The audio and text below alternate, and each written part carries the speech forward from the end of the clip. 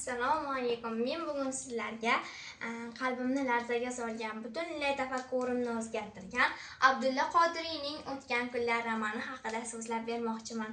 Ko'pchilik insonlar bu kitobni Kumush va Otabek o'rtasidagi sevgi va muhabbat deb qabul qiladi, ammo men jamiyat nuqtai nazaridan nazar tashladim.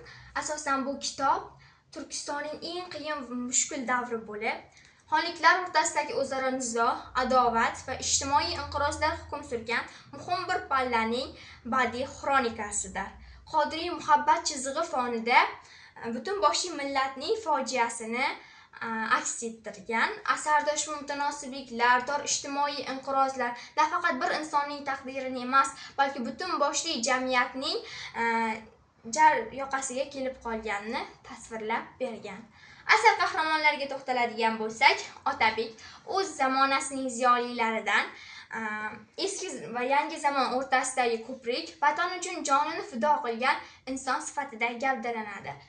Kumush bibi sadoqat va go'zallik timsoli bo'lib, jamiyat qonun qoidalari qurboni.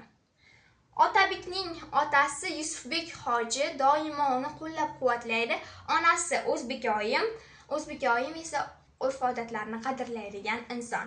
Zaynabga to'xtaladigan bo'lsak, Zaynab esa muhabbatsiz nikoh qurboni.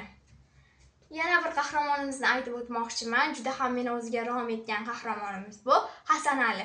Uni doimo qiyinchiliklar vaqtida uni qo'llab-quvvatlaydigan inson bo'lishi buning o'zi juda ham katta baxt va tayanchdir.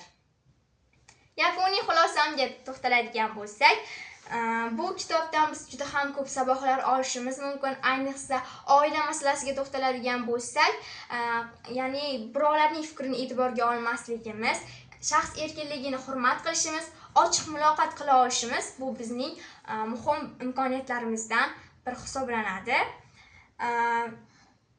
Otabek bilan Kumushning eng katta xatosi bu, ular dardlarini bir-birlariga va atrofdagilarga to'liq aytib bera olmaganligi ularning eng katta aybi hisoblanadi. O'tgan kunlar o'tmishdagi xatolarni takrorlamaslikni, kelajakni aql va ma'rifat bilan qurishni o'qitiradi. Men sizlarga bu kitobni o'qishingizni tavsiya qilaman. E'tiboringiz uchun kattakon rahmat.